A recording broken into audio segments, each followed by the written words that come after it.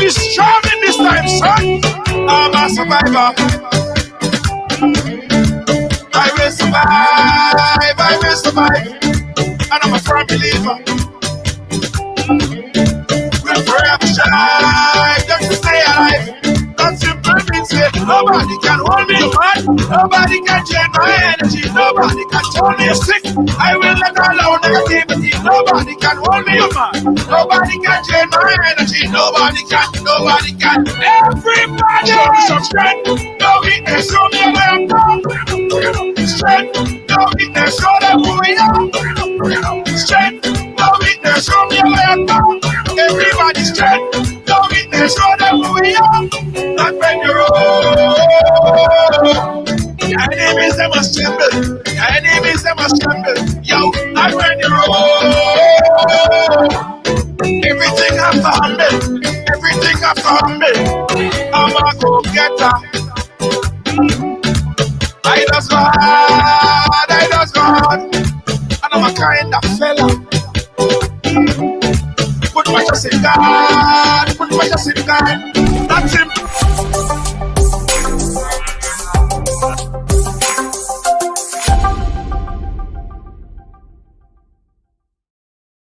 Nobody can drain my energy. Nobody can. Yo, just show me some strength. No weakness, show me where I'm from. Strength, no weakness. Okay. Yes. Welcome to the ride, guys. Welcome to the ride. I'm not officially riding today, but I kind of feeling it though. Got my seatbelt and start a ride. Yeah, man. How you guys doing? It's Thursday. Yeah, it's Thursday. Vacationing Thursday. I'm feeling good. How you guys doing?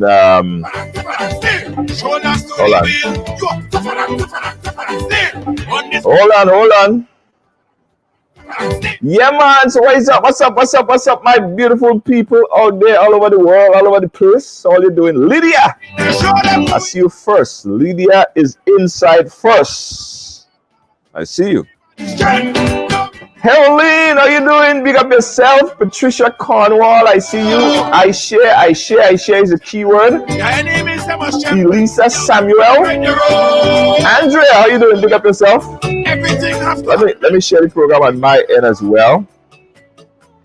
As I said, guys, for the next week or so, I'll be live here in Jamaica. And today, boy, wow. Well, you see me there? I'm tired. I ain't gonna lie, Jen. I was right over there. Like, you guys have seen it, but right over there is a beach. And I play the beach like if it's the first time I see beach. Trust me. I jump on the beach, I run on the beach, I swim, I dive. I act like if you know, like a pig that just see mud. And I was just doing everything. I do everything. I do everything and more. So at the end of it now, I finished and I'm tired. Well, you see me there, my bed is right here and I just woke up. Yeah. So you can imagine. But usually, when I sleep, I'm in a good mood. So I'm not in a bad mood at all. I feel vibey. I feel good. All right? Hey, how you doing, guys? Everybody share? Everybody share. Lucille, let me share as well. I gotta share it because today's program, boy. Today we have a program. We have a conversation to have with this family. So let me go ahead and share. Everybody share. Patricia, I see you. Nobody can hold me, man. Nobody can change my. Yeah, Patricia. Nobody can. Yo, just show me some strength. For some reason, I'm not seeing the share button. Cynthia, how you doing? Are looking good? I ain't looking tired. You sure? Not tired. Trust me. Excellent. All right, guys. So let's get into it. Hold on. Sorry. Before we get into it, let me do one last thing. One last thing, guys. Jackie Chaitan. How you doing, Jackie? Big up yourself. On this battlefield. Yeah. Yo, just show me some Strength. No weakness, show me a lion dog. Strength, no weakness. No weakness, show them who we are. Hold on. Strength, no weakness, show me a lion dog. Everybody's Hold on. no weakness, show I them have a few pages that I normally share the program on, and if I don't share the program on their page, I get very upset. So that's what I'm doing right now.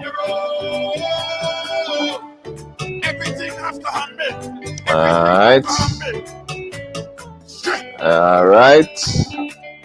There we go. Gail, how you doing? Pick up yourself. All right. Hold on. You gotta be firm in this time, son. You gotta be strong. Oh, Lord of mercy. I'm a survivor. I will survive. Guys, let me take a quick break. And come on. I come back. Come on, right? Give me 1 second. I'll be right back. You're watching Ridealong Live. My name is Hollis Map, aka Mr. Killer. Why should I drink any other rum than Clark's Court rum? When Clark's Court is the rum that supports my community, my culture, my country. A long time ago, my ancestors used to work in the cane fields. Today, we own the rum, Clark's Court rum, Grenada's #1 rum. But my people, if you drink, don't drive. When you drink responsibly. And if you're under 18, don't drink at all. Clark's Court rum, Grenada's #1 rum. Welcome to TD Bank, where you'll find the personalized attention you deserve and the legendary. Alright, guys. Alright.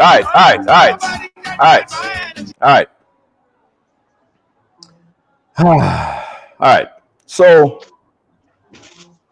earlier this week, a few days ago, we got the news from the Minister of Health stating that a Grenadian national residing in Trinidad and Tobago came across the borders uninspected and is currently someplace in Grenada. There was a call that went out and people were searching for a particular individual. Days later, well, not days, hours later, his name was revealed. Social media went crazy. A lot of people was scared about it, and obviously so. Trinidad have a high amount of COVID at this point in time. And also, between the past couple months, a lot of people was breaking protocol, traveling from Trinidad, coming to Grenada uninspected, right? But this particular case was unique, right? It was broadcasted, different media organizations put out information, and we seek to get answers, right? How, who, what, whatever the case is. In fact, it got so bad that one particular news organization, they didn't post a picture, but they challenged people to post a picture of that particular individual. Now, we didn't know the story. I didn't know the story. I didn't understand the story. It so happened that we got in contact with a family member, a sister of this particular individual. And basically what the family member is saying contradict the information that was in and circulating through the press. So everyone have a story to tell. We doing our due diligence. We decide to bring the family member on. Now the family member has been in contact with the said individual. His name, full disclosure, it's already out there, is Mr. Jimmy Braveboy, right? The family member has been in constant contact with the particular individual over the past couple minutes, probably just half an hour ago, and the family member is updated with everything that's happening. Now, let me bring you guys up to speed further. I want to give all the information up front, so when we're talking. As of recently, an article was just published in one of the online publications. It said that a Grenadian citizen who entered the state via a fishing vessel on Saturday, the 29th of May, 2021 at Petit Martinique was arrested and charged for violating Grenada COVID-19 regulation after failing to quarantine as per regulation. Right, Braveboy was charged on Thursday the 3rd by officers attached to the Criminal Investigation Department. Now, that's a very serious offense at this point in time. And it's scary because a lot of people, again, Trinidad is in a state right now, very high COVID-19 numbers and variants. So we have the family member on here with us to give us some understanding as to what happened, what transpired. I'm going to call you, well, your name is I. So I'll call you the guy. Hello? Are you there? Can you hear me? Hello? Hello? Hello? Yeah, could you hear me? How are you? I'm good. Right. Okay. All right. So listen, I thank you for taking the time to try to kind of explain to us this situation, right? Because a lot of people in Grenada, Carriacou, and Petit Martinique are frightened by this news, and they want to understand what's happening. So let us understand this. Your brother is accused of coming in from Trinidad into Grenada uninspected, breaking protocols. What could you tell us about this? Well, first of all, he didn't come in on Saturday. He came in with us on Friday. He came in when? On Friday. Okay, he came in on Friday. Yes. Okay, where did he came in from? From Carriacou. He came in from Carriacou, right? Did your brother lived in Carriacou? Yes. But reports say that he came from Trinidad. Well, that's what the news they said they get. So take us back. Where's your brother? Where were your brother staying previously before he came to Grenada? In Carriacou. What's the Trinidad connection? Was he in Trinidad? Yes, he was there. How long ago he was in Trinidad before he came into? Huh? Since in 2019. They don't have a way about where he was or anything. So in 2019, your brother came from Trinidad and has been residing in Carriacou from since that time? Yes.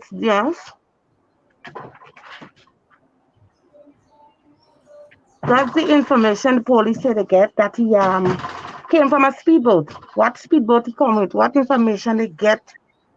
Who give them the information? So they go with what they get. That's what they say. So I don't know how to prove that.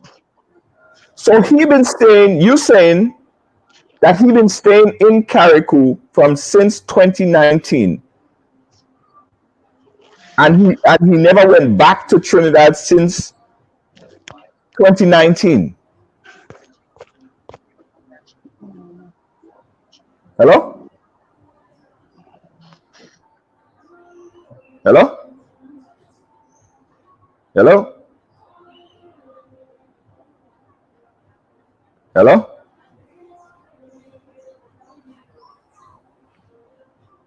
Hello?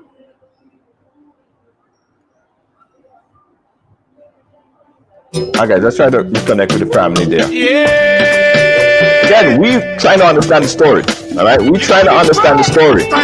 Stay tuned. We'll figure out the connection. This time, son. I'm a survivor. I will survive. And I'm a firm believer. Okay, so this is a story. Hold on. Hold on. Hello, caller, are you there? Hello? Everybody, show me some strength. No weakness, show me a lamp. Strength, no weakness, show them who we are. All right, we lost the connection. Now, this is the information that we gathered, right? Myself and my producer spoke to this particular individual and two other persons who in the family who verified that they could confirm that the information is that he lived in Carriacou or Petit Martinique since 2019, based on their information, right? The information that they also provided to us is that he left Carriacou on that said day on the Osprey and went into Grenada. Again, that's information that they provided to us. It would be nice to hear from the gentleman himself, but he's still in police custody. The family member who would have gotten in touch with him just about half an hour ago, and the other family members, they are convinced and could confirm that this information that they provided and they're providing to us is accurate. Hence the reason why we invited them to come on and tell their story. But while we try to reconnect with the family, let's open up the phone line, because I know there are a lot of questions. Boom, boom, boom. Numbers up on the screen. Everything has to happen. And we're gonna try to connect with the family. Again, this is a serious allegation and a very serious offense, right? Again, this is a story. It says that the young man, a Grenadian citizen, who entered the state via a fishing vessel on Saturday, the 29th of May, at Petit Martinique, was arrested and charged for violating Grenada COVID-19 regulation after he failed to quarantine as per regulation. Say Braveboy was charged on Thursday the 3rd, 2021 by officers attached to the Criminal Investigation Department in St. George's. All right? We're waiting, we're holding on, but we're taking your call at the same time. We're taking your call at the same time, guys. 718-701-5720. I want to find out. This is what I want to know. This is what I want to know, because we're still getting information together. Do we have evidence? Do they have evidence that the young man has been in Carriacou or been in Petit Martinique since 2019? Could that be confirmed, right? 2, when did he leave Carriacou to go into Grenada, right?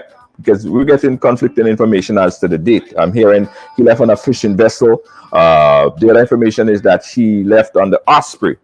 And the family saying that they have the boarding ticket that he left on the Osprey, and the Osprey don't travel on a Saturday, right? This is the information that we have here. Still, we want the family to reconnect so they could tell their story. We're waiting on them to tell their story, so we're waiting.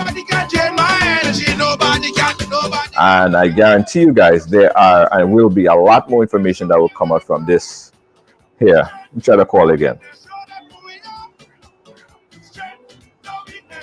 So let me take a quick break, guys. You're watching Ridealong Live. Let's try to reconnect with the family after the quick break. We'll be right back.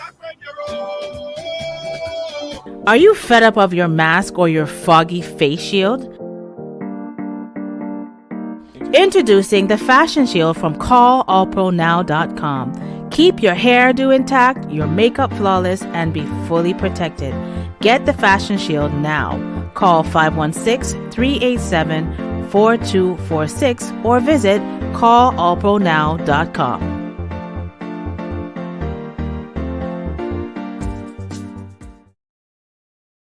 Hi guys, we're back. Still trying to reconnect with a family member that have their story to tell as it relates to this particular story involving Jimmy Braveboy, the young man that was arrested or turned himself in to police after he was oh boy. All right. How quick things change. Alright guys, listen, let me open up the phone lines because the family member is having some connection issues and I'm waiting on her to come and tell her story. In the meantime, let us take your call. 718-701-5720. This is a serious issue. Hold on. Hello? Hello? Hello? Hello? Hello? Hello? Hello, caller. Listen to me on the phone line.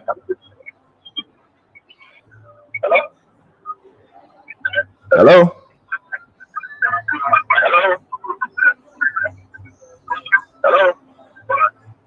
All right. person just had me on. Again, the phone lines are open. We're waiting for the caller to, the family member to call back in to tell their story. You gotta be firm in this time, son. We're waiting on the caller to tell their story. And listen, Trinidad right now is going through some devastating effect of COVID-19. Just today alone, there were reports of 14 deaths and about 546 cases. So it's serious, all right? And, you know, the authorities in Grenada, of course, they've been very, very strict on keeping the numbers down in Grenada. There are 0 cases in Grenada. I was also watching a news report yesterday, and the immigration department is saying that there have been a serious uptick, double the amount of people coming from neighboring Trinidad and other countries into Grenada. So this is a serious offense. Of course, the variant that existing in Trinidad, they don't want this to get to Grenada or other parts of the world. So I understand the scrutiny. I understand the anxiety as it relates to getting this information and ensuring that people don't cross border, especially if they're coming in uninspected. It is a serious, serious, serious offense. All right. But we're here and we're waiting for the family to reconnect so we can finish up this conversation. 718-701-5720, guys. If you want to voice your opinion on what's happening here on the news. Again, it's a family story to tell, not mine. All right.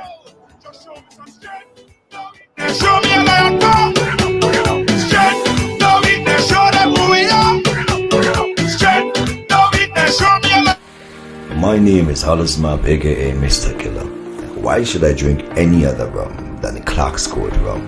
When Clark's Court is the rum that supports my community, my culture, my country. A long time ago, my ancestors used to work in the cane fields. Today, we own the rum, Clark's Court rum, Grenada's #1 rum. But my people, if you drink, don't drive. When you drink responsibly. And if you're under 18, don't drink at all. Clark's Court rum, Grenada's #1 rum.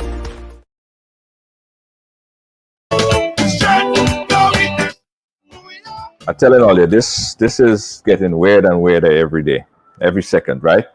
So while on air, we just got this information. While on air and speaking to us, the relative was contacted by the lawyer, and the lawyer advised the relative not to speak any further on this particular story. That's what we just got while we were on break. The lawyer just contacted the relative and advised them not to speak any further on this particular case. Now that's their story to tell, right? We open up the platform to hear their story, to give us the confirmation information that they have to contradict the information that was publicized and that was given to the press by the Ministry of Health and other officials. The initial story when they spoke to us and my producers, the information was that the young man was residing and has been residing in Carriacou for the past couple of years, and he left from Carriacou and went down to Grenada, and that's what happened. He left Trinidad 2019, and that was a few years ago, before the COVID. So he didn't see the need to quarantine or anything like that. Again, that is their story to tell. But as I said earlier, while on air, as soon as she started to speak, I guess her lawyer decided that she should not speak further on the case. They said that they will provide some information to us within the next couple, by tomorrow, and they will have an official statement. This happens in real time. Can't make this stuff up. All right? You can't make this stuff up. But nevertheless, let's have a conversation on the severity of what's happening in Trinidad and Tobago and the precautionary measures that Grenada is taking to avoid anything like that happening on the island. Let me tell you, I came into Jamaica, and the procedures and protocols in Jamaica are a lot less than what we see happening in Grenada in particular. To come into Jamaica, you have a negative PCR test. And once you come in, you have a negative PCR test. You're clear. You could go. There's no quarantine there's no quarantine at all, actually. So it's different here. Grenada, however, it is completely different. You have to, with the protocol, if you are fully vaccinated, you have to do you will spend 2 days in quarantine. And if you're not fully vaccinated, I believe it's 7 days in quarantine. So the protocols are different, right? In Trinidad and Tobago, as I said earlier, there have been 14 deaths for today alone, and they've been averaging 10 to 12 deaths on a daily basis in Trinidad and Tobago, with an average of over 446 on average new cases per day, which is very, very significant. So as I said, I could understand the anxiety of not having this variant in Grenada or any other part of the Caribbean for that matter, right? So if you're from Trinidad, I want you to call me up. If you're from Grenada and you're watching right now, and you know anything else that you want to share going forward, feel free to do that. We open up the phone lines. Just a quick update again, guys. As the person started to speak to us, I was told that they were contacted by the lawyer, and the lawyer advised them to not speak any further on this matter.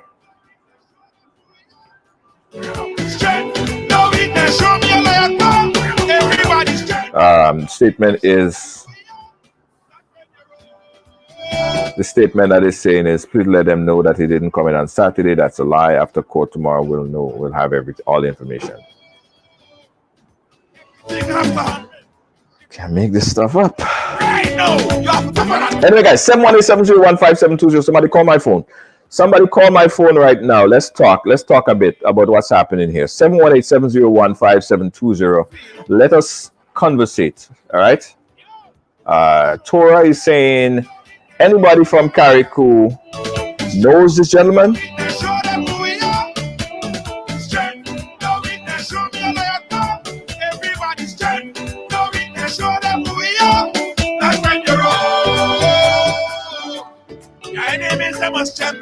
Yeah, well, guys, I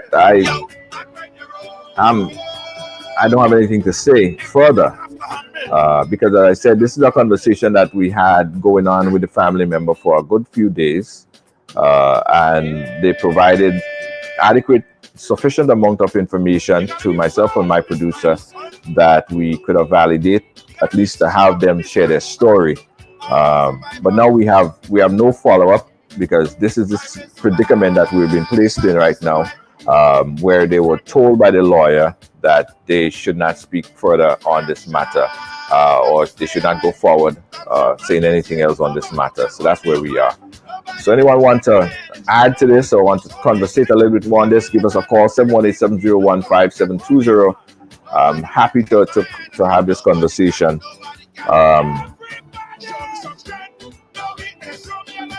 They'll have all the information after court tomorrow. Okay.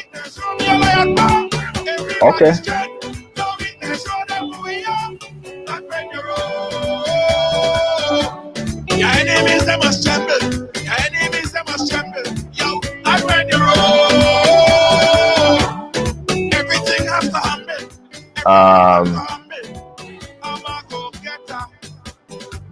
Yeah. Yeah. I'm a kind of fella. I don't know what to say, guys. Again, let me recap on this story. Let me recap on this story, right? Because this one had my head kind of scratching. On Monday, I believe, either Monday or Tuesday, the minister made a statement stating that a particular individual from Trinidad and from a resident of Trinidad and Tobago breached protocol and ended up in Grenada. The minister said that on a post-cabinet briefing. It was carried on other media platforms. The information was published on various media platforms and shared worldwide. Now, I understand the anxiety. In fact, everybody should be concerned if there are people crossing the border, if that is the case, and people are crossing the border from Trinidad at this point in time because of the situation and the variant that exists in Trinidad and Tobago currently. We had a minister on the program, I believe, on Tuesday or so, and he stated exactly what he stated earlier in that press cabinet briefing. We got contact from the family who contradicted the story, saying that the young man didn't come from Trinidad at that particular time. He was staying in Trinidad, but he left Trinidad years ago, a few years ago, and resided in the Grenadines Island, whether it's Carriacou or Petit Martinique, right? And he left Carriacou or Petit Martinique and went into Grenada on the Osprey, right? Some family member who would have seen him, didn't know exactly where he came from, alerted the police that this guy came from Trinidad and he's somewhere in Grenada. That raised alarm. The family wanted to defend that, right? They reached out and they wanted to defend the information that was published. We checked with sources, myself and my producer, and we found that there was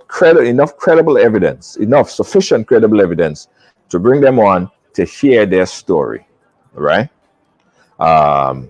Because if the young man resided in Carriacou, of course, it's very easy to prove if someone resided in Carriacou. Carriacou is not a big place, right? I've been there, and Carriacou is small. Everybody know everybody. So if he resided in Carriacou, it's very easy to prove that he resided in Carriacou. So the family wanted to come and share that story, that he resided in Carriacou and he'd never been to Trinidad since 2019. Now, I know a lot of people from Carriacou, and if he wasn't there from 2019, they'll be like, nah, we never see this guy from since whenever, right? So it's very easy to prove that. But that's what the family have, and that's what the family wanted to come and speak about. And this information contradicted the press media information that was posted. So that's where we are right now. Somewhere during the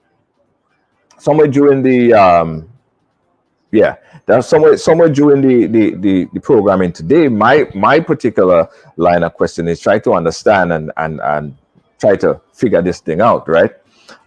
Here's one other question that I have, that they said that this person left Trinidad on a speedboat, right? I don't know, but I don't know anyone traveling from Trinidad on a speedboat. It probably is possible, maybe, but I don't know if that's possible to happen around this time, right? But anyway, and the other thing is does he have any stamp or any kind of information that he could provide with stamp or anything to say that he'd been living in Grenada for X amount of period of time? All this information could be validated, could be verified. That is why we wanted the family to come and share that information and share that information with us here on the program. All right. Okay. So that's it. Someone said Osprey must have a date on what day that the person traveled and what point and what. So here's what the family is saying. The family is saying that he traveled from Carriacou to Grenada on the Osprey, right? A news report saying that he traveled on a fishing vessel on a Saturday. What the family is saying that contradicts again. They say that, hey, the Osprey don't travel on a Saturday, right?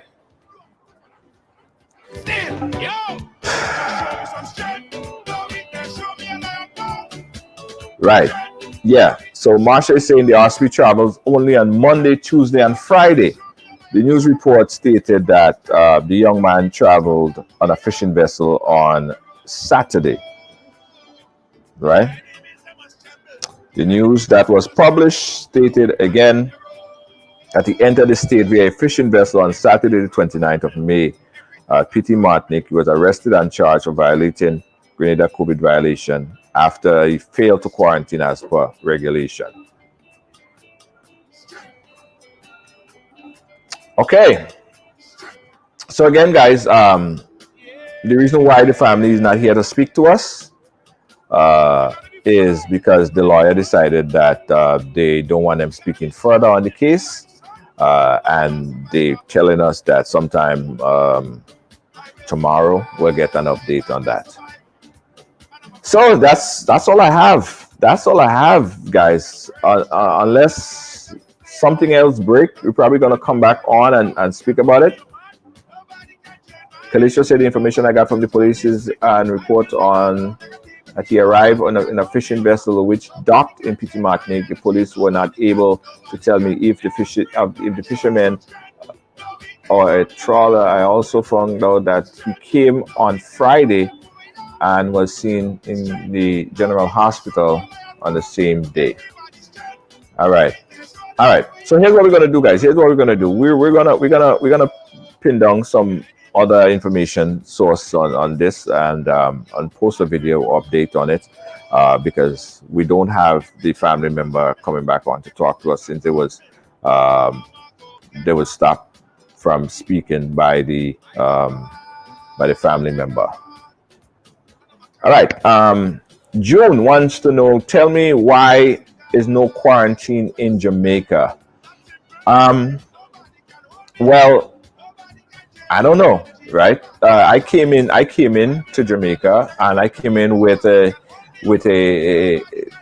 negative test, PCR, or funny enough, a negative rapid test, right?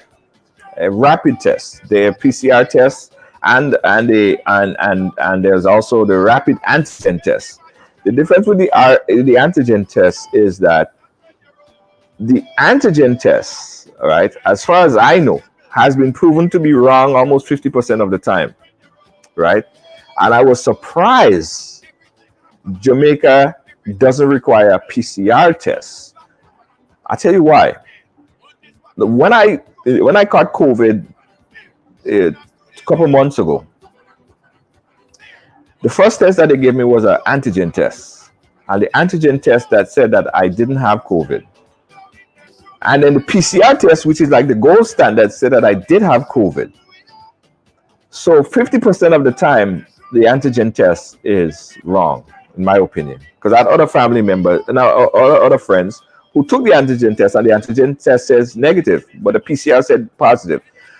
So anyway, Jamaica accepts both the antigen test, which is the rapid test, and the PCR test, or the PCR test. When you come in, you provide that at the airport, at JFK or whatever, you provide and show them the clerk that negative test. She proved that it's valid, and you board. When you get to Jamaica, you don't have quarantine. Came in at the hotel. You could do whatever. At least at this point in time, I don't know if the policy has changed before, but that's what it is right now in Jamaica.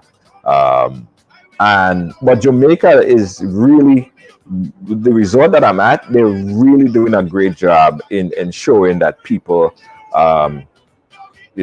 sanitize and mask and it's a really safe environment here. It's one of those really nice resorts. Everyone is wearing masks. They mandate that you do that. If you're going to go to any common areas, they mandate that you sanitize your hands. And all of the staff here is vaccinated. Everyone here that works on staff on this facility is fully vaccinated. So I asked the lady yesterday, I said, so what if you did choose not to get fully vaccinated? And she said, well, so my guess is that is a mandatory procedure for the resort that I'm on right here, that everybody in frontline have to be fully vaccinated. And this is another thing, like Jamaica is handling this thing in a totally different way, right? And the strip there is like an area. There is an area where you could there's like they have it. Well, I don't know the whole setup of it, but visitors are the corridor. I don't know the name of the corridor. I should have gotten that information. But we could all go out there and hang out or whatever the case is, and it's fine. And I'm thinking that we could go anywhere as well, because yesterday I went to a bar, right? And I had absolutely no quarantine. I don't have COVID, by the way, but I'm figuring that you come in with your test and you're free to go anywhere. And that's how they're handling it here in Jamaica. You have to get tested before you leave Jamaica. Yes, you have to get tested before you leave Jamaica. Before you go to the US, everyone have to have a test to go back to the US, right? The test has to be a PCR test, right? Is required. I was in Aruba just a few months ago, and Aruba have the same exact protocol as Jamaica here. Once you provide a negative test, you could roam, you could do whatever. There is no quarantine, right? But Aruba, you need a PCR. They don't accept the antigen test. They don't accept the rapid test. It is strictly PCR test that's required in Aruba. And Aruba had some numbers, but they're controlling the quarantine. They're controlling the COVID numbers good over there as well. But just a reminder. Yes, just a reminder. I was going to say that, Kathy. The PCR test that you have, the test that you have to get, the negative COVID-19 test that you get, has to be 3 days prior to you coming to the country, right? It has to be 3 days. Otherwise, they're very strict on it. It used to be 7 days, the window of 7 days, but now it's the window of 3 days before you come on. And here's another contradiction. Here's another problem that I'm seeing, right? So when you're coming in the airport, you have social distancing, and they preach social distancing, and it's fine. I'm all for that. But when you get on the aircraft is jam-packed, seriously packed. But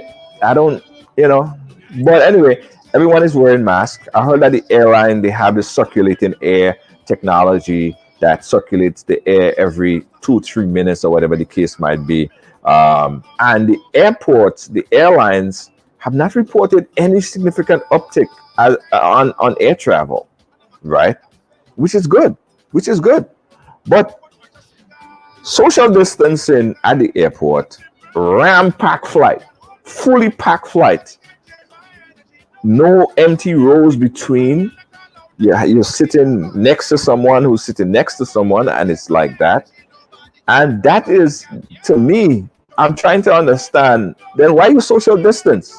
Why you social distance, or why they preaching social distancing that's on the ground, and then when you get to the flight, it's full?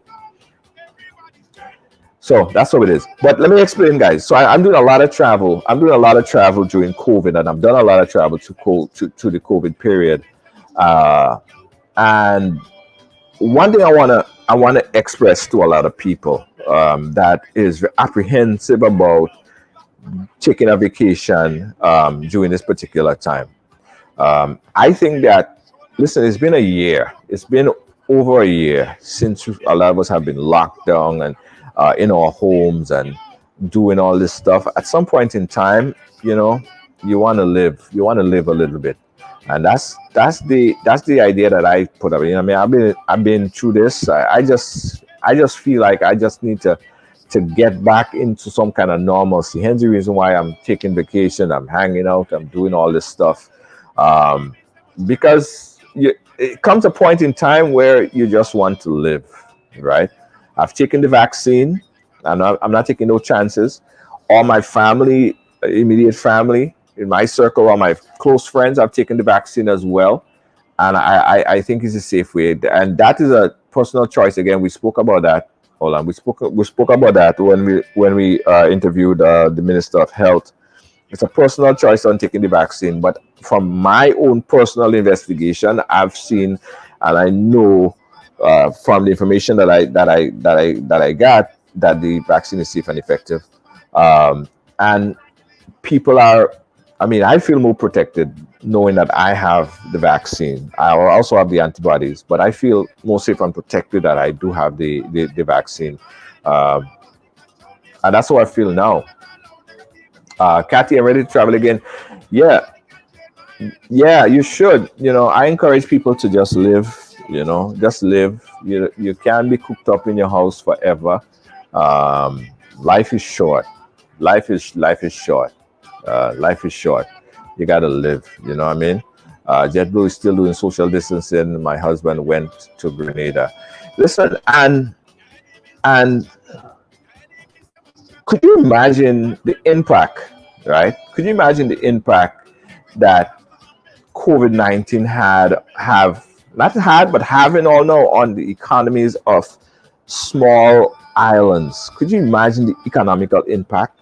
Places like Trinidad, well, Jamaica is they have the COVID-19, but people are still coming. People are still flooding to Jamaica. You know what I mean? You can't tell that COVID-19 is here. To tell you the truth, every day there are full flights coming down to Jamaica. Every day. Hold on.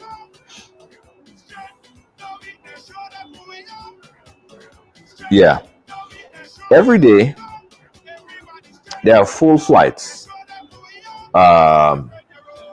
coming down to Jamaica. Full flights every day. And we're talking about, this is in the height of COVID-19. Well, not the height. I mean, things are kind of getting back to a little bit normal, but you wouldn't believe that COVID-19 exists. And Grenada and other places, you can't fault them from looking at what's happening around them and deciding to be okay. Yeah, Neil. Okay, yeah, you can't fault them from looking at what's happening around them and deciding to be strict on their protocols. All right, I have a question about the relating to the vaccine. They're going on about the vaccine not being compulsory, but there's already limitation put in line for those who aren't vaccinated. Why is that so? All right. Hey, Nelly, how you doing? All the way in Africa. Thank you for watching. We appreciate you. I know it's late where you are. Yeah. So you're saying that you have a question relating to the vaccine.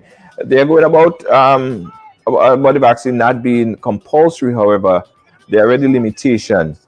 And that's a good question, and that's a question that I posed to the minister. It is not compulsory.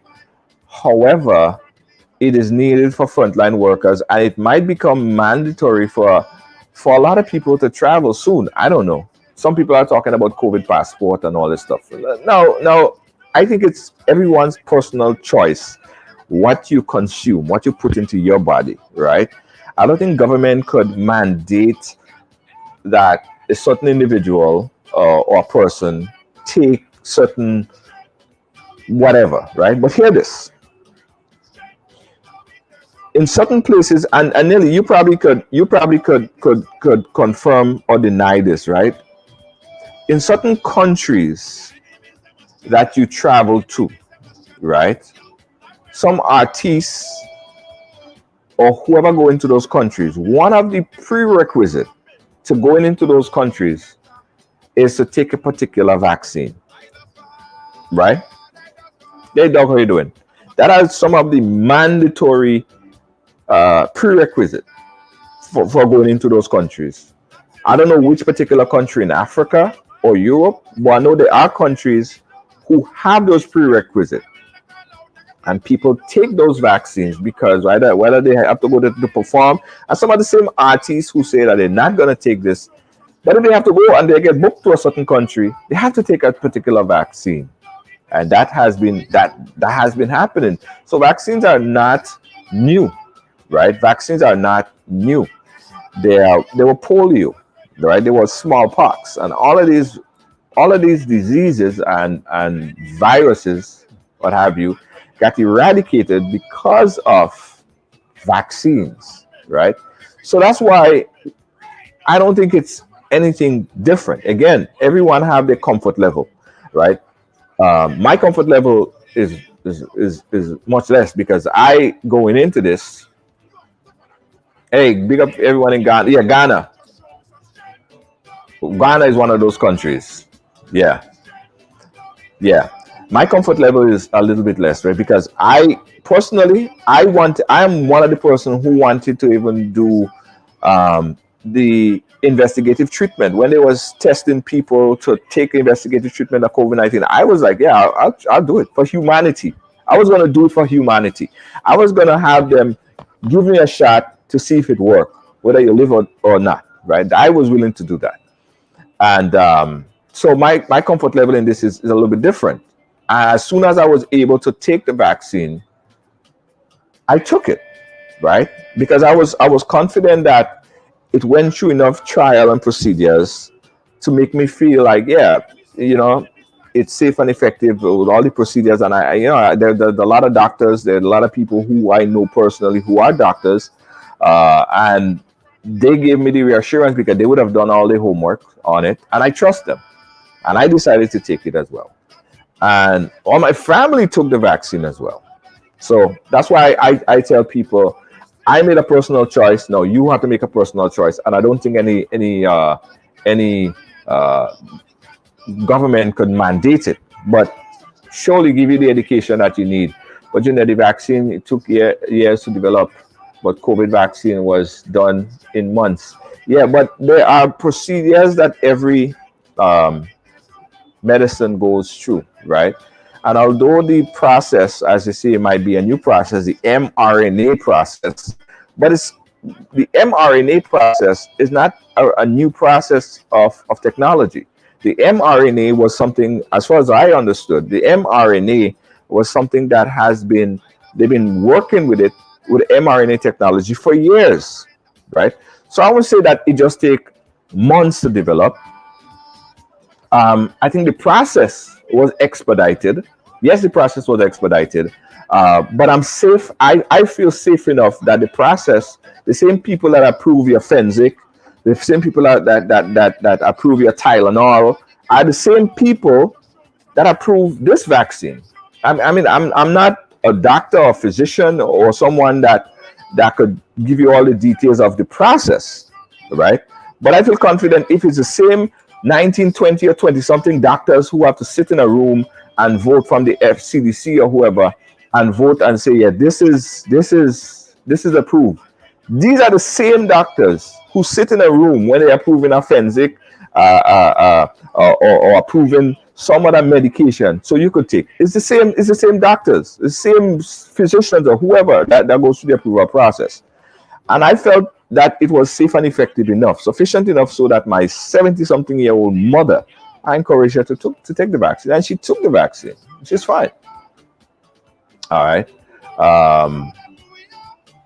Why can't they get? Funny enough, Marilyn, that's a good question, right? Cancer has been a pandemic for years. Why can't they find some kind of cure for cancer?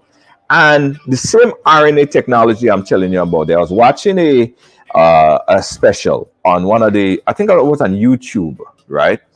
I was watching a special on YouTube, and they're saying that the same mRNA technology that was used in this particular vaccine could also be used to eradicate and isolate cancer cells. Because this is, again, I'm gonna try to, as far as I understand it, right? So the mRNA, you get the vaccine, and that mRNA triggers a reaction that causes your body to create certain proteins, right? The spike protein on the COVID on the virus, it creates proteins, right? So your body now becomes like a virus, like an antivirus making machine, and it creates all these proteins that if you ever were to get the virus, it already knows the genetic makeup of that virus, so that protein would attach itself to it, and you won't have any significant medical challenges, right? I don't know if I'm explaining it completely right, because again, I'm not no doctor or anything like that, but that's what I understood from the technology and how the technology works. But I agree with you. Things like breast cancer, any kind of cancer. My father died from cancer. It's probably prevalent in my family, right? I probably a candidate, colon cancer and all this stuff. I got myself checked and stuff like that. But I would love that it could advance to the stage and it could expedite some kind of process to the stage where cancer could be eradicated as well by this mRNA technology. right? This should be the focus now. And that's what I'm hearing. That's what I'm seeing. That this new technology, this new mRNA technology, that they use for this particular virus. I think it was the first time that it was used in a virus, but then now they could be used in other things. That would be lovely, right? Look, you see, we went from this to talking about. We went from this whole story to talking about the makeup and the genetic makeup and spike proteins of um, of COVID-19.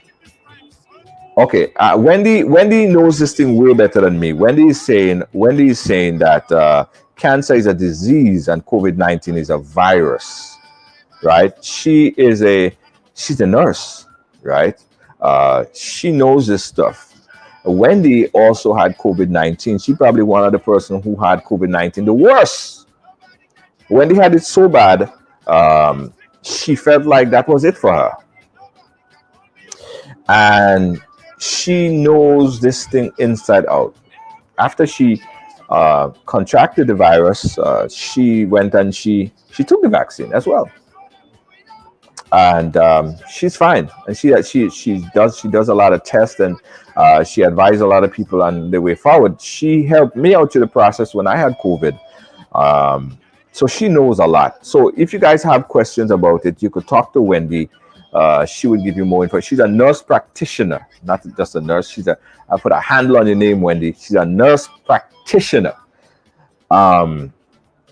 And I'm confident with people like Wendy and people who really work in the field and see this thing every day, if they advise me on these things. And other doctors, my in the primary care physician, and other people that I trust. If I have a back pain, they go say, go and take her to this, go and take her to that. They prescribe something for me. I don't second guess it. I go to the pharmacy and they give me the prescription and I take it exactly how my primary care physician would tell me to, and that's it. I trust them that much. And those are the same people who are telling me this is safe and effective. It's okay. You can go ahead and do it and you'll be fine. And I trust them. Why are they telling people to boost their immune system? Aha, Lydia, that is essentially what is the most important thing, right? Tell people that is essentially what needs to be done, because I believe what's happening in those vaccines, and that is exactly what's happening, it's actually boosting your immune system. There are many other ways, I'm sure, that you could boost your immune system. The idea is things that stimulate your immune response, like I think is zinc, all right? Wendy, if I'm wrong, you could correct me there. But zinc cause an immune response, keep those fighter cells, those T cells or whatever it is, working and fully functioning. Because those are the things that will protect you in your immune system. So the idea right now that everybody should be thinking about is eating foods that are high on those vitamin D, vitamin C, zinc. And they say zinc is hard to digest. So there's zinc that is easier digested into your system. You should start doing that now to boost your immune system. Keep your immune system, keep your fighter cells getting ready to fight for you. Because they're like soldiers, essentially. They are like soldiers on a battlefield. You have intruders coming in, and the soldiers would know how to attack the intruders and take down the intruders. And you want your immune system to always be on high alert for those type of intruders, like virus, bacteria, another thing that would come into your body. Yes, Wendy said it right. Vitamin C, vitamin D, zinc, take it daily.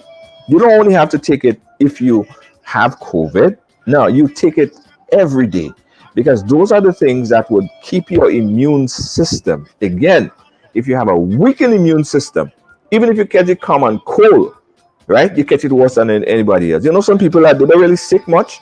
They're gonna get a little stuff or whatever, and that's it. Right? The immune system doesn't take care of that long time, right? But there are some people who they get a little cold dread and they don't for like about a week and they have it bad. You know what I mean? So the idea is to boost your immune system. But some people who have Like, for instance, if you if you have some cancer treatment, right? Getting some radiation treatment or whatever, it automatically would break down your immune system and cause your immune response. Again, I am no doctor, guys. I am no physician. I'm not giving any kind of medical advice. I'm just giving you guys up on top of the information that I know from just how I treat myself, right? Um, you boost that immune system, guys, and you keep your immune system ready to fight for you, ready to protect you every single day. Because if you don't do that, or if your immune system is compromised, if you have radiation treatment or whatever that is compromising your immune system, you get a little cold, it go through it down, right? Go Glennis, girl, you miss a lot. Whoa, you miss a lot, girl. We went from having a show about the young lady, the young man, sorry, to having a whole conversation on COVID. So you miss a lot. But nevertheless, guys, here's what I want to conclude, because I gotta go back. I gotta go back to the beach. Who approved it? Who did say that? Again, guys, I encourage everyone to just do a little more. Talk to your primary care physician, your doctors, and let them advise you on the way forward in your decision-making process with the COVID-19. Junior, people in Grenada are willing to take the jab, but not this one presently. There's so much negative news about it. Even Biden said that it's not approved for in the US by the FDA, and the US is shipping 60 million to other countries. Grenada doesn't trust that vaccine.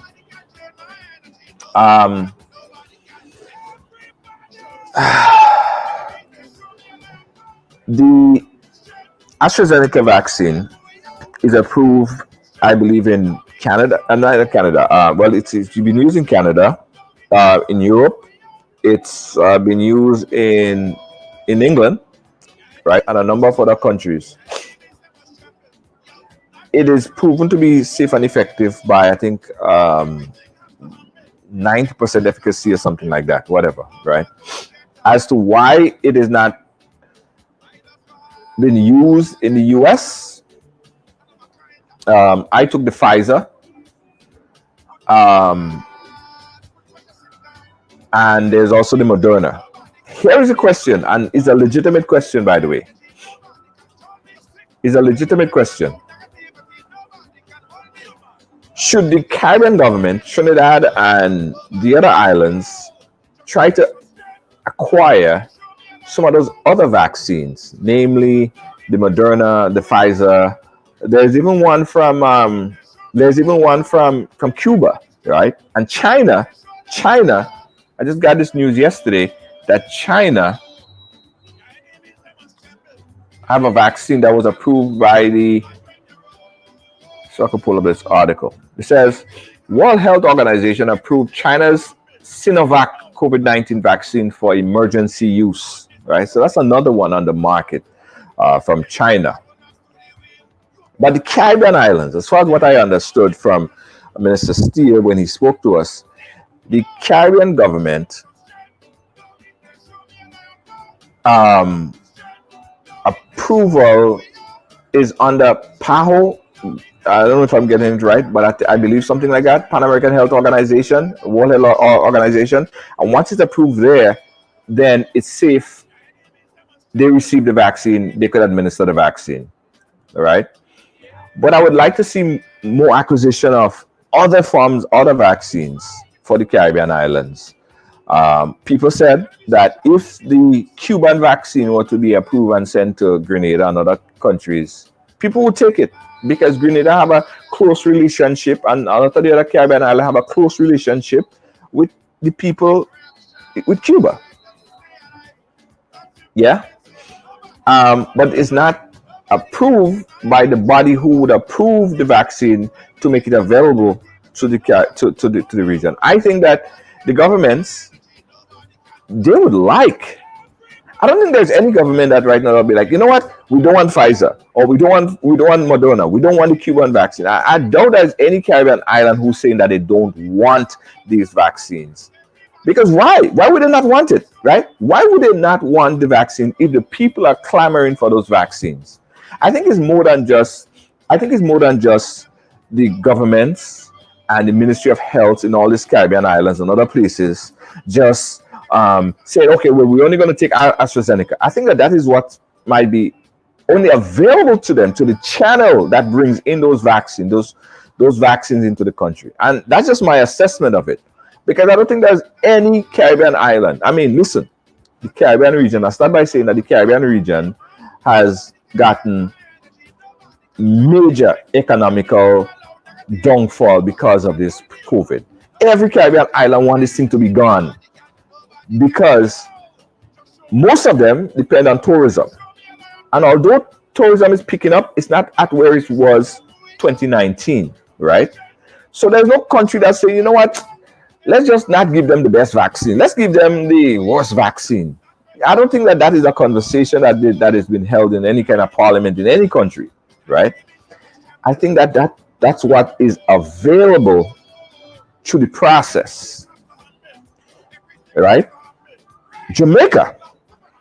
I spoke to a friend of mine from Jamaica yesterday, and he said that by August, Jamaica is going to be getting over 1.5 million doses of the Johnson & Johnson. 1.5 million doses of the Johnson & Johnson. Now, the good thing about that, right?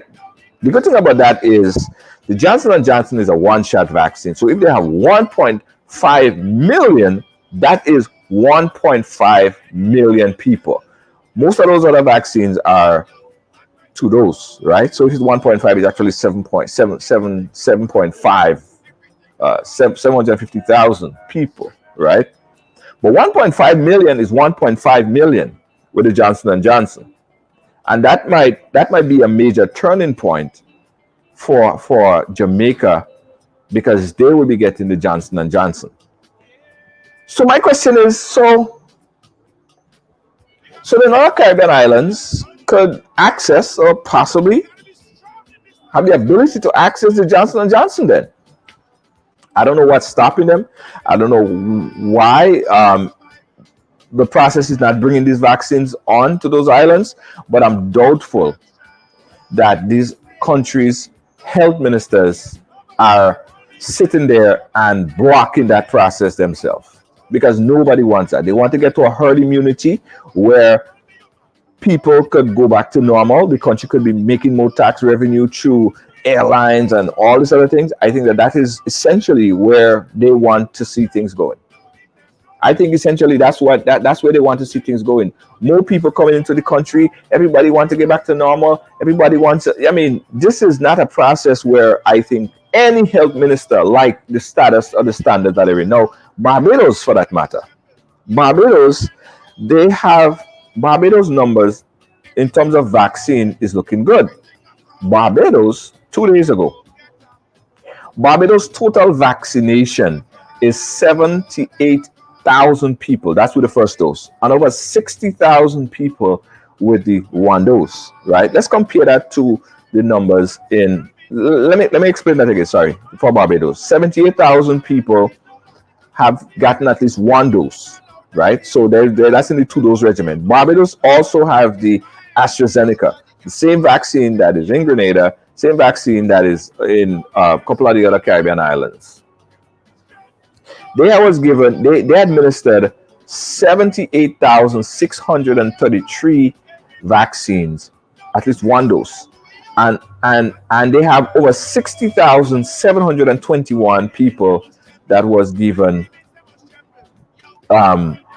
fully vaccinated. Now I believe Barbados population is about 200 and something thousand, right? You guys could correct me on that. Now, if that numbers was in Grenada, right, we would have almost over 60% of the population vaccinated.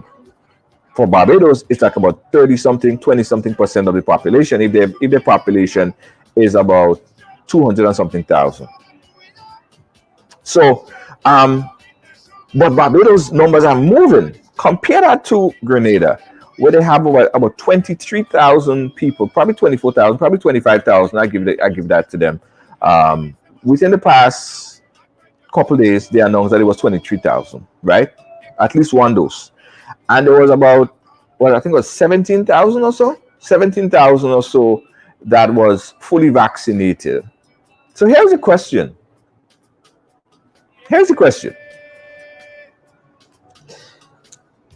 If Barbados and Grenada had the same AstraZeneca vaccine, right? They're administering the same vaccine. Why is Barbados' numbers much higher in terms of fully vaccinated than Grenada on other Caribbean islands? Why?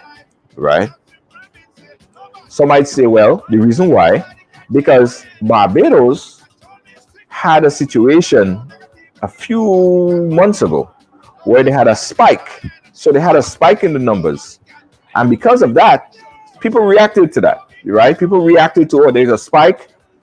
People took the vaccine because they want to protect themselves and their family. Let's look at Trinidad. Trinidad is having a spike right now. Is that contributing to the increase in numbers or the uptick in numbers from the vaccine that have been given, that from the people in Trinidad and Tobago? Has that contributed to an uptick in the numbers in Trinidad and Tobago? I don't know, right? So it brings me to the conclusion, Barbados has something going. Barbados have something going. What is it? What is it that Barbados have going? Maybe it's because of the protocol. I don't know. Barbados' approach is different, right? Barbados' approach is a little bit different. Now, I've seen and heard presentation by the leaders in Barbados, and I've seen how they present the facts and evidence. Let me tell you, and I will say this as politically correct as I possibly can. It has to do with trust. It has to do with trust. Yeah. It has to do with trust in the leadership, right? Because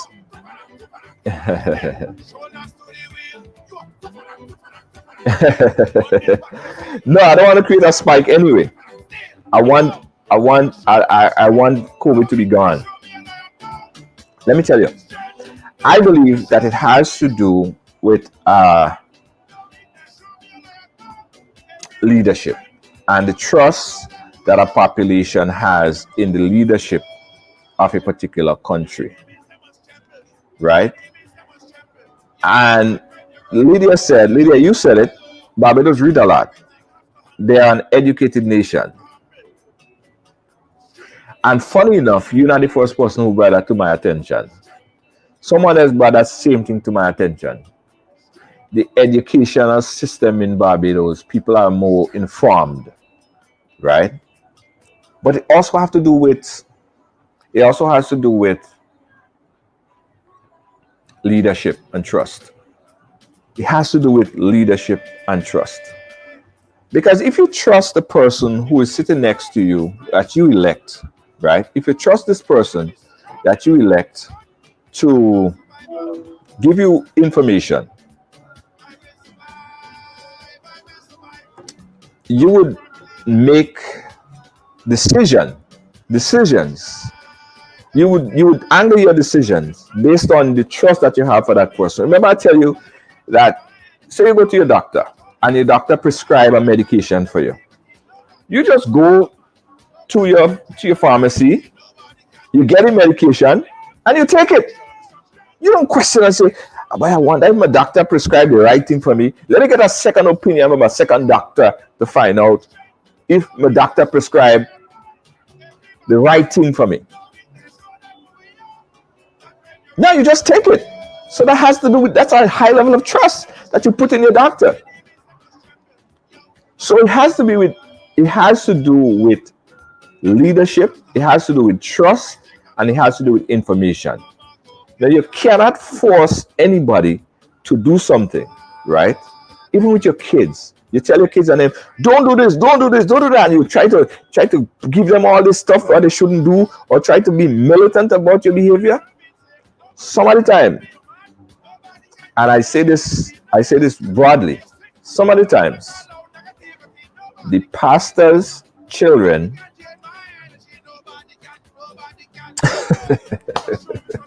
some of the times the pastor's kids are those that roam the street more than anybody else. Not all the time, because in the home it's so militant that when they break away, they feel like, yo, they have to do everything that the pastor, that the father tell them not to do. But if you provide information, and say, this is the information, this is the accurate information, I have trust in you, I believe in you, and I could understand, I could comprehend this information properly, then I'll make that decision. And it might be the better decision, because I personally think that taking the COVID-19 vaccine is a good decision. That's just my point of view. You might have a different point of view. Everybody else might have a different point of view. All right. So the approach is very, very, very important, right? Some countries, they resort to being a bully. And if you're being a bully, especially with something that has to do with people's life and death, they'll be like, why you? I want to know this thing first. And then they go on to start searching. So when they go on to start searching, they're pulling up all kind of things that is totally erroneous. It's crazy stuff, fraudulent information, fake news, everything coming to them. They don't know what to consume. They don't know what is what. So they say, you know what? This is too confusing. I don't want this. Because fake news make its way around much quicker than the truth. Yeah. They say fake news get around the world before the truth could put on the pants. That's what happened, because there's an erosion of trust. There's an erosion of trust. But here's what I was saying. Last thing I was saying, I'm done. If and when you have people giving you educated information straight up, like I credit what's his name, Cuomo. He gave people straight information. He wasn't ducking. He just gave them information on the COVID. People trusted. People from all over used to watch the briefing that he used to do because they trusted him. That's important. That is trust. If they don't have that full trust in leadership, it breaks down and it affects decision. People overlook your decision. If somebody don't trust, people just ride along. I believe a lot of people just ride along. After a time, I will come here and we'll say, okay, listen, we need, here's a person that needs assistance. People would help, people would think, people would donate. That's the level of trust. If I say, listen guys, Ridealong having us something, I want all you to donate to Ridealong because this is what we having.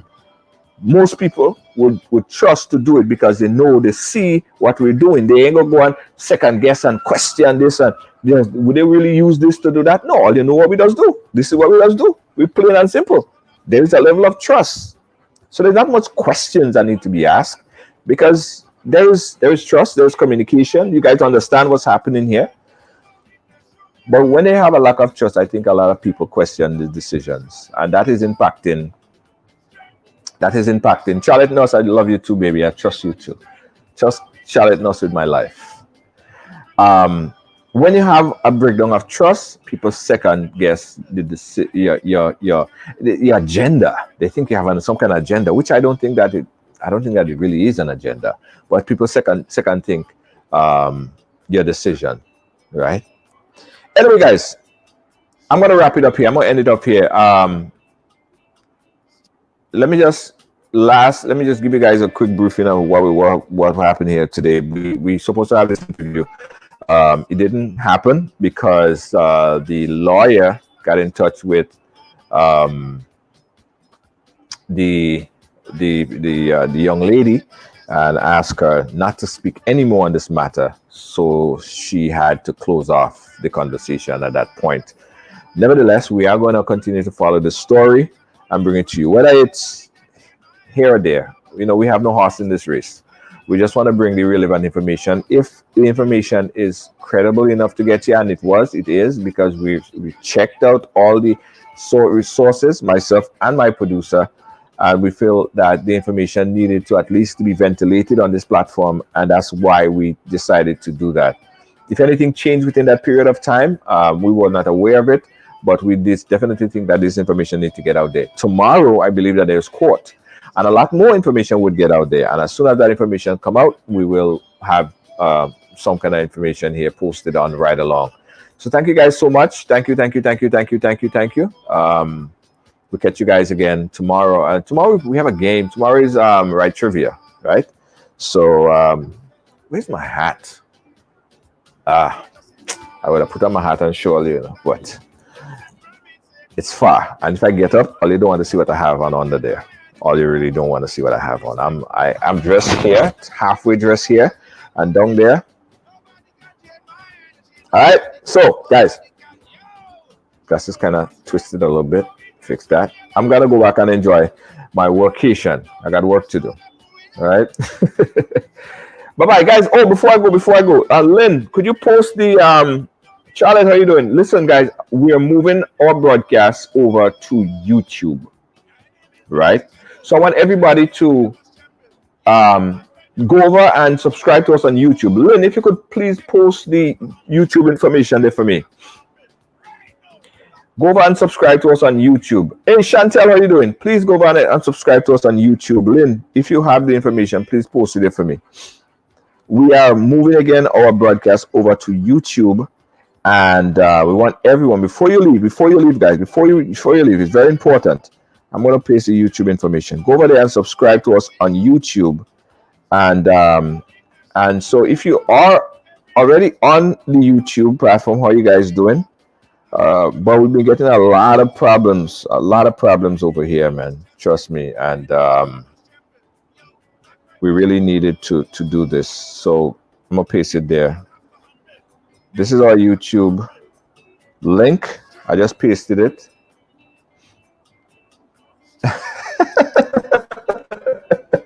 No. I ain't gonna do it.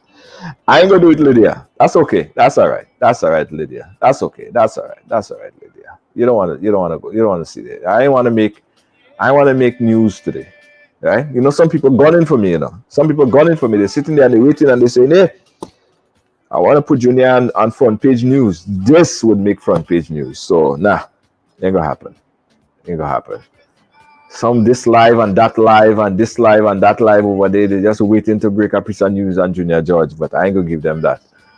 All right, guys, listen. I post the YouTube information.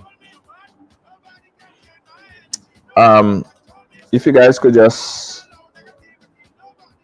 if I could do it from over here. If you guys could just go over there and subscribe to us on YouTube, that would be really nice. We really appreciate it. Let me paste it again because I didn't see it come up. Paste it over again. There it is. Let me see if I could pin that. Right. So that's it right there, guys. I just pinned it. Subscribe to us on YouTube. If you're not already subscribed to us on YouTube, do that. And we're going to be starting our full exclusive broadcast on YouTube only very, very, very soon. All right. It's up. All right. Good. All right, guys. So thanks again for watching all this long talk. I know you don't like long talk. Maurice, how you doing? Yeah. Telling all you, Jed. Television is so deceptive, eh? Television is so deceptive. When you see man with shot and tie and thing like that, and they on a broadcast and thing, don't feel.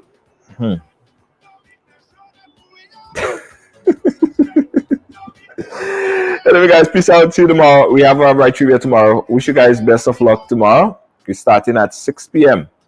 Okay, 6 p.m. on the dot. Moisture Rush. Really, baby. You keep in touch. Bye bye. Good night. You gotta be strong in this time, son. I'm a survivor.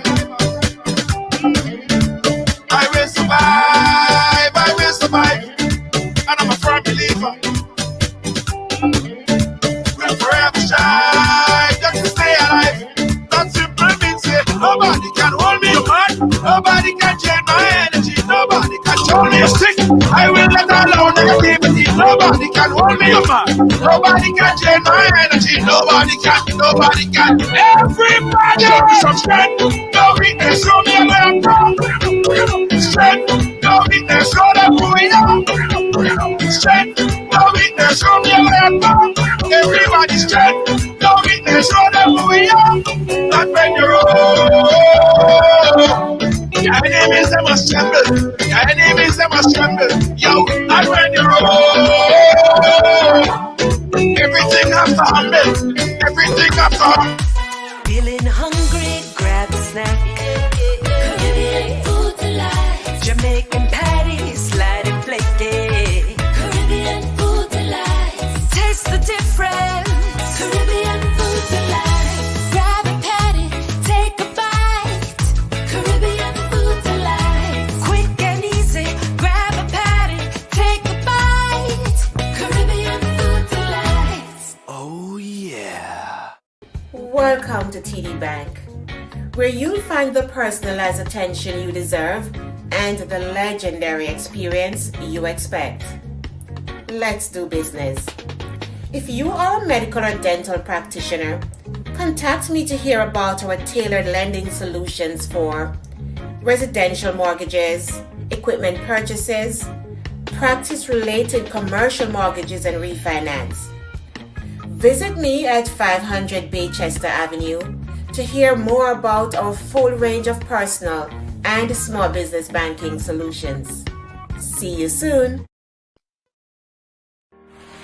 My name is Hollismap, aka Mr. Killer. Why should I drink any other rum than Clark's Court rum? When Clark's Court is the rum that supports my community, my culture, my country. A long time ago, my ancestors used to work in the cane fields. Today, we own the rum, Clark's Court rum. Grenada's #1 rum. But my people, if you drink, don't drive. When you drink responsibly. And if you're under 18, don't drink at all. Clark's Court rum, Grenada's #1 rum. David Williams Funeral Service serve you with dignity and compassion as you mourn. Every day, we embark on the journey of life, and one day, the journey will end. It's on that day that you can entrust the celebration of life of your loved ones to David Williams Funeral Service. Call 718-291-3823.